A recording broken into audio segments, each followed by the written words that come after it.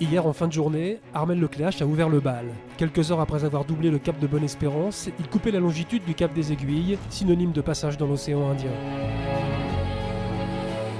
À la mi-journée, après 24 jours de course, seuls 5 bateaux ont basculé d'un océan à l'autre et continuent leur folle chevauchée dans les 40e rugissants.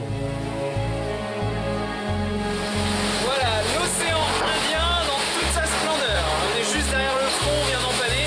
Assez content du timing du jibe. Il y a pas si fort, il y a 30 nœuds.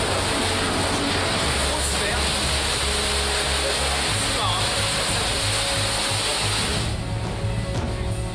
François Gabard, membre d'un trio de leaders qui pourrait devenir un quatuor si l'on s'en tient aux 1000 grappillés quotidiennement par Bernard Stahl.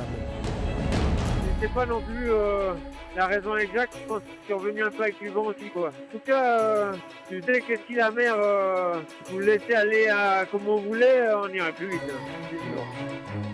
Pour ceux qui font la course en tête, le jeu va consister dans les prochains jours à franchir le plus vite possible la deuxième porte des glaces, à l'horizon de laquelle se profile une belle bulle anticyclonique. À plusieurs centaines de milles, le groupe des poursuivants emmené par Mike Golding devrait entrer dans l'océan Indien cette nuit. Un peu plus loin, du côté de l'archipel Tristan d'Acunha, les écarts se sont creusés. L'océan Indien est loin d'être inaccessible, mais il faudra patienter encore quelques jours avant de l'atteindre. Voilà derrière moi l'île Inaccessible Island. L'île inaccessible, j'y suis presque. Mais pas encore. Et elle porte bien son nom du coup. C'est la première fois qu'on voit la terre depuis les côtes du Portugal, donc c'est sympa. Hein.